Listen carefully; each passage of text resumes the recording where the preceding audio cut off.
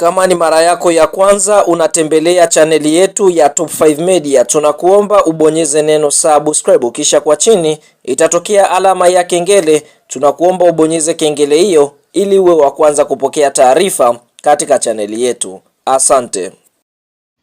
Mchezo mkubwa wa nusu fainali kombe la CRDB Bank Federation Cup ambao tumetoka kutazama kutokea katika uwanja wa CCM Kirumba uliopo mkoani Mwanza ni mtanange ambao umekutanisha klabu ya soka ya Azam Football Club dhidi ya kikosi cha timu ya soka ya Yanga Sports Club, ambapo mchezo huu ulikuwa ni wa kuvutia sana, hususan tumeweza kushuhudia moja ya nusu fainali ya kibabe kabisa katika michuano mikubwa ya CRDB Bank Federation Cup kwa msimu wa mwaka 2025 2026. Bwana, kama umefurahishwa na mechi hii, hebu like video yetu, alafu tuende kwenye comment section katuambie wewe, je, ni mchezaji gani ambaye ameweza kukukosha katika mchezo huu? Fahamu tunashuhudia katika kipindi cha kwanza dakika 27 kupitia kwa Imidi Mao Mkami akipokea cross safi ya kichwa iliyopigwa na Ngita, basi Imidi Mao Mkami naye akaweza kupiga kichwa safi dakika 27 na kuweza kuiandikia klabu ya soka ya Azam bao la kuongoza, na mpaka half time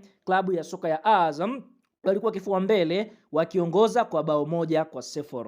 Katika kipindi cha pili tunashuhudia Young Africans wakaja na mpango kazi wa kushambulia, kwa sababu kocha alimtoa kiungo muda na kumweza kumuingiza mshambuliaji mwingine Depu, na kwa upande mwingine tunaona Yanga kaendelea kulipress lango la klabu ya soka ya Azam, na ndipo katika dakika 67 kupitia Alan Okello Starboy aliweza kupiga cross safi na Prince Dube akaweza kufunga bao safi la kichwa. Lakini tunashuhudia katika dakika 69 Azam wakaweza kupewa kadi nyekundu mara baada ya beki wao Yoro Diaby kumchezea rafu akiwa ni beki wa mwisho Prince Dube, na mwamuzi wakati akaweza kumpa kadi nyekundu. Lakini Azam wakaendelea kupush, na ndipo walipopata kona katika dakika ya 85, na kona hiyo ikaweza kuchongwa na Faisal Salum maarufu kwa jina la Feitoto, kisha Lame Kilawi mchezaji ambaye aliingia akienda kuziba pengo la Yoro Diaby. Basi kwa upande mwingine beki huyo akaweza kuiandikia klabu ya soka ya Azam bao la pili, lakini hazikupita dakika nyingi, kwa sababu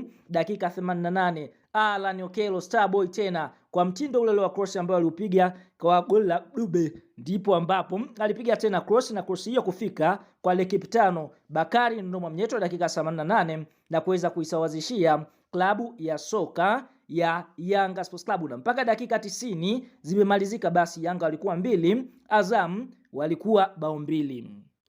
Kilichofuatia ni extra time, yani dakika 30, ambapo nashuhudia dakika 30 za kwanza, yani zile dakika 15 za kipindi cha kwanza, basi kwa upande mwingine timu hizi ziliweza kutoshana nguvu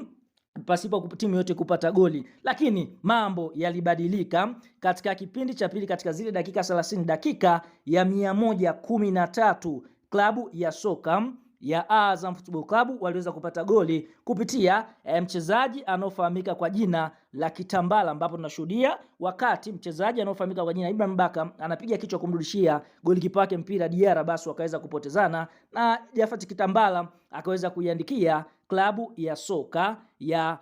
Azam Football Club bao la 3.